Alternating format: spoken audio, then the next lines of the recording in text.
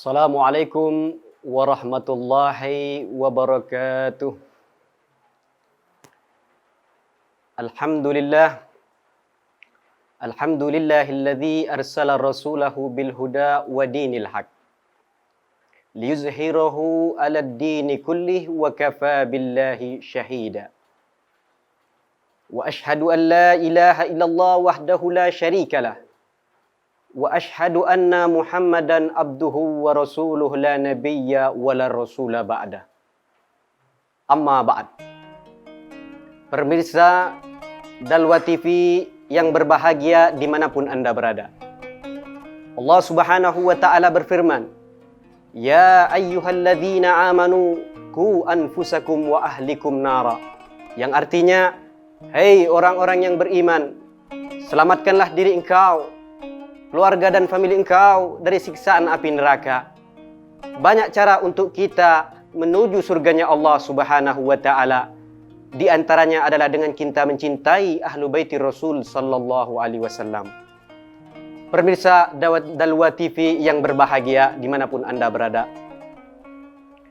Allah Subhanahu wa ta'ala berfirman, Qul ya Muhammad, la as'alukum alaihi ajra illa al-mawaddata fil qurba. Yang artinya, katakan, kata Allah, katakan ya Muhammad, aku tidak meminta balasan kepada umatku, melainkan berbuat baiknya kepada keturunanku. Pemirsa Dalwa TV yang berbahagia, Nabi kita Muhammad sallallahu alaihi wasallam bersabda, Ahlul bait kasafinatin nuh, in rakiba salima wa in kharaja rarika. Ahlul bait tersebut ibaratkan perahu kapal Nabi Allah Nuh. Jikalau kita naik ke perahu tersebut, maka kita akan selamat.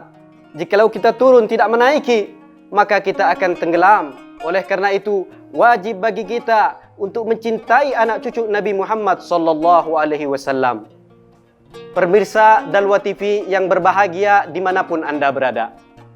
Perlukah Anda tahu siapa itu Ahlul Bait? Siapa tersebut anak cucu Nabi Muhammad sallallahu alaihi wasallam?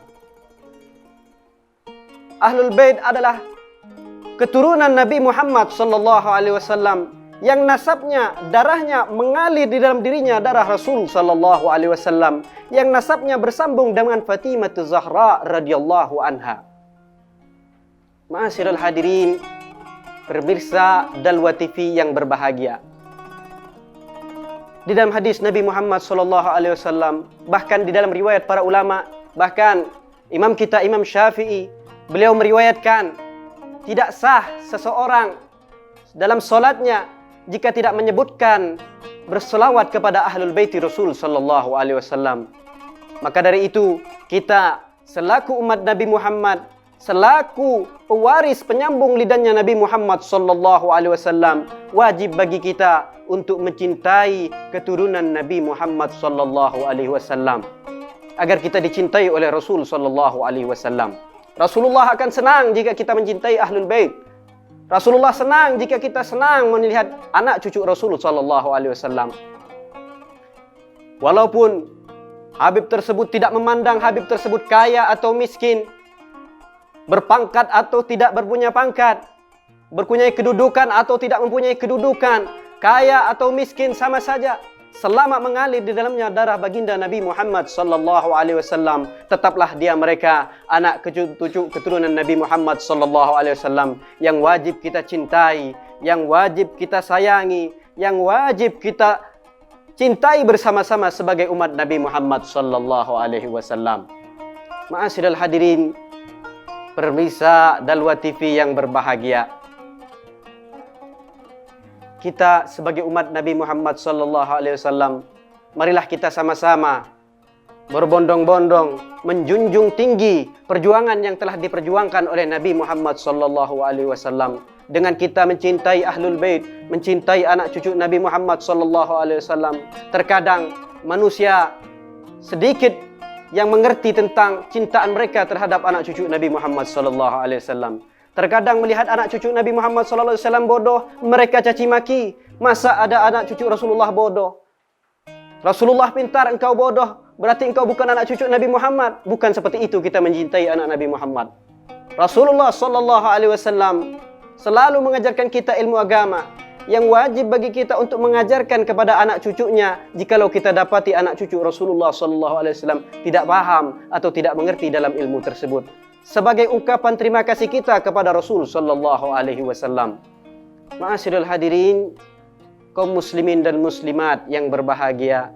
Mungkin itu saja yang kita sampaikan yang singkat.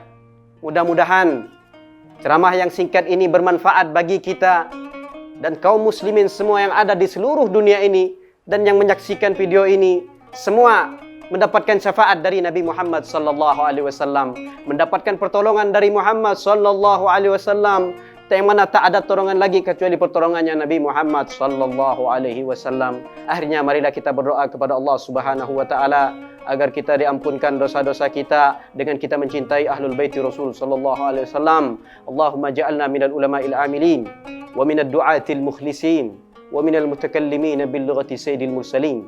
Allahumma jama'na hadha ya rab jam'an marhuman wa tafarrugana ya rab min ba'dihi tafarrugan ma'suman wa la taj'al fina wala minna wala ma'ana syaqiyan wala mahruman. Rabbana ya rab, Rabbana zalamna anfusana wa illam taghfir lana wa tarhamna lanakunanna minal khasirin birahmatika ya arhamar rahimin. Wa fi miskil hitam labudda likulli fardin minna min mujahadatin nafas wa mukafahatil jasad wa tadkhiyatul arwah. Assalamu alaikum warahmatullahi wabarakatuh.